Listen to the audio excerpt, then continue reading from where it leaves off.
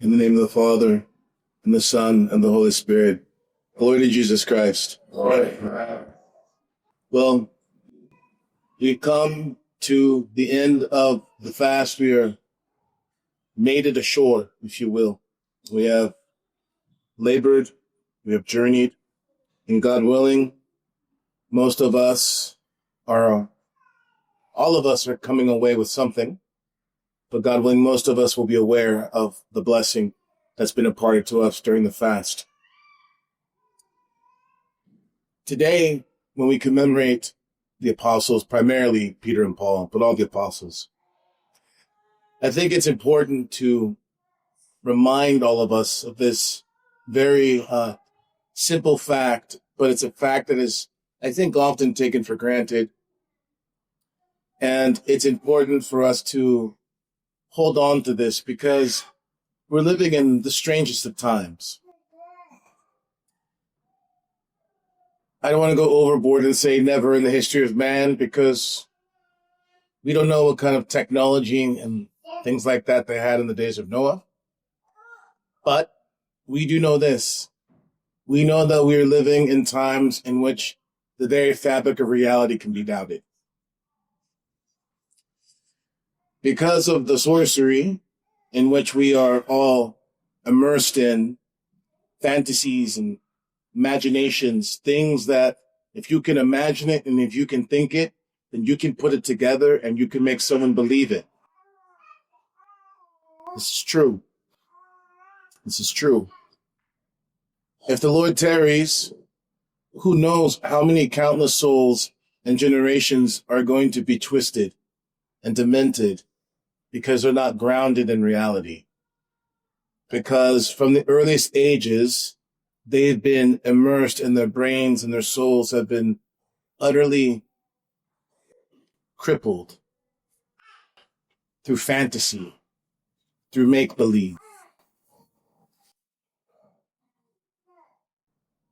This is why people, if they have a desire for religion, they're very easily swayed because they're looking for fantasy.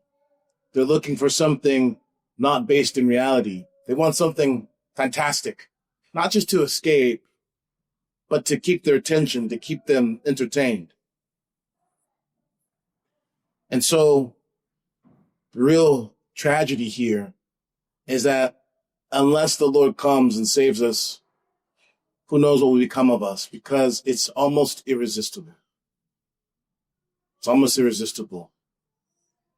Having your own reality formed and curated and given to you like a hamburger, it's a dangerous thing. It says in the book of Ephesians that the apostles are the foundation of the kingdom of heaven. And many of you may have wondered, and a few of you asked me during this fast, well, why the apostles fast? What does it mean? And first of all, you should understand the apostles fast is an ancient fast. And you should understand this, that our faith is not built on abstract concepts. Our faith is not built on lofty maxims. We have concepts, we have lofty maxims, but that's not what our faith is built upon. Our faith isn't even really built upon quote unquote symbolism and things like that. We have and do employ symbolism, but that's not what our faith is built upon. Our faith is built upon the apostles who are built upon Christ. And this is the key thing. The apostles were actually men. The apostles were human beings. We're not talking about blue men playing flutes and running in the forest. We're not talking about strong Vikings clapping thunder from their hands. Real men. And you may think, as often you may think, you're going too far, Father. But let me explain something to you. When you get used to having something a certain way, I've said this before. It's very difficult for you to appreciate the simplicity of a salad when you've just been drinking salad dressing with maybe a little bit of lettuce and a little bit of tomato. It's very difficult for you to appreciate the simplicity of a steak, which we will all enjoy here soon, if you've just been inundated with all the preservatives and all of the chemicals that have been given to us to overshoot our taste buds, you see. Our palate is not refined. When you hear St. Paul's account, some of us may have been like this, kind of zoned out because of the kids. Some of us may be zoned out like this because we heard it before in our dad's Baptist church. But a lot of us are zoned out because our palates are dull, spiritually speaking. When you hear of his account, you are roused to heaven. You are not inspired to struggle. You are not thinking to yourself, well, I will do anything to attain those heights. The finest of men, the choicest of journeys, the most exquisite of experiences you cannot take in. St. Paul. Do you know what it means to be cast aside by false brethren? Do you know what it means to be in the deeps, not knowing if you're going to survive? Do you know what it means to be lashed 49 times? Do you know what it means to see things and to hear things that are unlawful?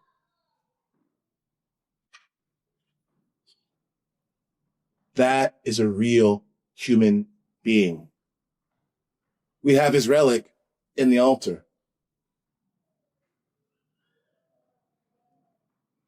When we are given over to fantasy,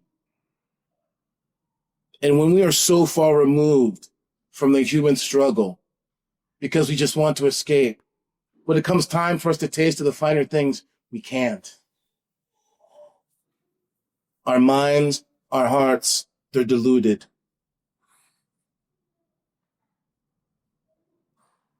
St. Peter, the rock, he had a wife. He had a mother-in-law. He also had a temper. He also struggled. He also had pride. He was a human being. And our faith is built upon that. Not mythology, not fantasy. Real, living human beings. And we need to remember this. Because the gospel of Jesus Christ, it isn't fantasy. The gospel of Jesus Christ isn't about us reaching for something untouchable. The gospel of Jesus Christ is about God coming down to us in all our brokenness, in all our foolishness. And if God wills, actually changing us, transforming us, and sending us out. An apostle is one who is sent. But how can you be sent? How can you receive 49 lashes? How can you put up with being betrayed? How can you be put in the deeps and still go on? Because you have seen, because you have touched, because God has come to you in your real life. This is why the apostles laid down their life, and this is why they are the foundation of our faith. And this is why we must be very careful, my brothers and sisters. Because when you hear the lives of the apostles, when you read the lives of the saints, and you find yourself where you'd rather be watching something in fantasy or reading something in fantasy, be careful. Be careful. Because what's happening is the very foundation of reality for you is no longer real. It's something false. And it, God forbid, it might be even something demonic. Let us be sober. And let us hold to the apostles. Let us hold to the tangible realities of our faith so that we would weather this terrible storm. To the prayers of the holy apostles, Lord Jesus Christ, our God, have mercy on us and save us.